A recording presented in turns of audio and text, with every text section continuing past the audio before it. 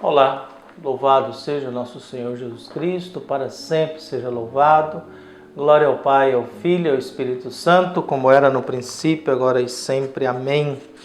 Queridos irmãos e irmãs, paroquianos da nossa paróquia, Nossa Senhora da Abadia, Diocese de Cristalândia, graça e paz. Que Deus abençoe a todos nós, unidos na fé, aqui em Lagoa da Confusão, nesse dia 3 de fevereiro de 2024, nesse sábado, em que nós abrimos o nosso coração para ouvir o Evangelho de Marcos, capítulo 6, versículos de 30 a 34. O Senhor esteja convosco, Ele está no meio de nós. Proclamação do Evangelho de Jesus Cristo segundo Marcos. Glória a vós, Senhor. Daquele tempo, os apóstolos reuniram-se com Jesus e contaram tudo o que havia feito e ensinado. Ele lhes disse: Vinde sozinhos para um lugar deserto e descansai um pouco. Havia de fato tanta gente chegando e saindo que não tinham tempo nem para comer. Então foram sozinhos de barco para um lugar deserto e afastado. Muitos os viram partir e reconheceram que eram eles. Saindo de todas as cidades, correram a pé e chegaram lá antes deles. Ao desembarcar, Jesus viu uma numerosa multidão e teve compaixão, porque eram como ovelhas sem pastor. Começou, pois, a ensinar-lhes muitas coisas. Palavra da salvação. Glória a vós, Senhor. A experiência do abandono, ela é muito sofrida, muito doída. A experiência da separação também é muito sofrida, muito doída. Por isso a gente reza para que a gente não seja abandonados por Deus, já que muitas vezes nós somos abandonados pelo próximo, somos abandonados pelos amigos, pelos familiares, às vezes abandonados até pela igreja, abandonados pelas instituições, e a gente vai rezando pedindo que Deus, pelo menos Deus, não nos abandone. O Evangelho de hoje, nós vimos recentemente Jesus enviando os discípulos 2 a 2, com a autoridade de expulsar os demônios, curar os enfermos, levando cajado, sandálias e nada mais além disso. Uma túnica só, gente despojada, sem muita estrutura, mas que traz dentro de si o espírito da fé e a palavra de Deus. Muitas vezes a gente tinha a impressão de que a gente tinha que ter uma grande estrutura para poder falar, não. É aquilo que, às vezes, uma das melhores missas que a gente celebra é debaixo de uma árvore, em algum território por aí. Então é bonito isso, é encantador isso, e é belo isso, na certeza de que nós temos essa conquista, essa busca, esse desejo de que sejamos enviados e que Deus envie para nós. A gente tem uma grande carência hoje de homens e mulheres que tenham uma reflexão mais profunda a respeito de Deus e que nos apresente isso. As redes sociais fala-se muito de Deus, mas é sempre uma coisa meio sem unção, sem espírito.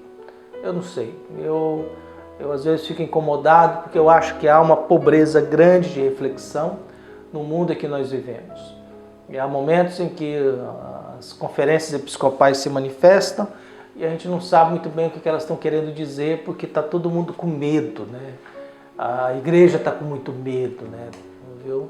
As pessoas hoje não têm muita clareza porque está todo mundo com muito medo. Que dependendo do que você fizer, você pode ser cancelado, você pode ser condenado à morte, você pode ser julgado e condenado, sem o mínimo escrúpulo de gente com a Bíblia na mão, falando em nome de Deus e condenando. Eu já visto as reações que a gente vê de vez em quando o Vaticano solta alguma coisa, que o Papa segue uma linha mais de acolhimento e respeito com o ser humano mais fragilizado, e nós temos a turminha do poder, da vaidade, das instituições, que acha que o que importa é as estruturas, não importa o ser humano. E que a gente não pode abençoar ninguém. A gente tem que condenar, julgar e maltratar, expulsar. E aquela velha hipocrisia, né? O dízimo todo mundo pode dar, comungar nem todo mundo pode comungar. Mas dízimo todo mundo pode devolver, e quanto mais melhor, né? A gente tem proibições da Eucaristia, a gente não tem proibições de doação, a gente não tem proibições de devolução de dízimo. viu? Então a gente vive sempre essa hipocrisia um pouco religiosa, porque há, na verdade, uma distância entre as estruturas hierárquicas da igreja e aquilo que é a instituição da igreja, com seus documentos, daquilo que o Evangelho nos ensina e daquilo que a gente encontra no mundo. Há uma distância disso. Viu? Direito canônico, o catecismo me pede uma família que eu não tenho, me pede uma juventude que eu não tenho, me pede casais que eu não tenho, me pede uma igreja que não existe aonde eu vivo. E ao mesmo tempo o Evangelho pede que a gente possa, diante das urgências, a gente dá um jeito de acolher. O Evangelho é isso, depois da missão, eles vêm, se encontram com Jesus e contam o sucesso que foi a missão dos 12 de 2 a 2. Diante levam um cajado, sandálias e o resto é anunciar o Evangelho. A conversão, expulsar demônios e devolver a saúde a quem está doente. Diante de tudo isso, Jesus, vamos descansar, mas a urgência não permite. Jesus convida eles para um momento de descanso, um momento de retiro, mas não dá certo, porque a exigência pastoral é muita. É tanta gente entrando e saindo que nem tempo para comer tem. Então Jesus resolve tirá-los. Vamos para um lugar deserto. Entra num barco. A multidão está em busca de algo. Viu? E ela chega primeiro.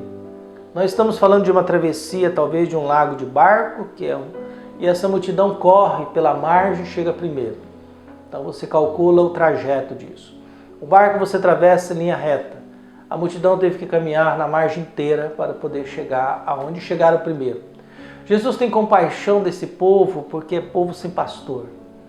Nós vivemos hoje muito disso. Nos falta lideranças, nos falta gente, nos falta pastores, nos falta gente que nos acolha, que nos ajude a nos curar, que nos tire da doença, da demência, da insignificância, do vazio existencial, que nos proteja desse excesso de informações, julgamentos e condenações que as redes sociais nos dão e nos oferecem.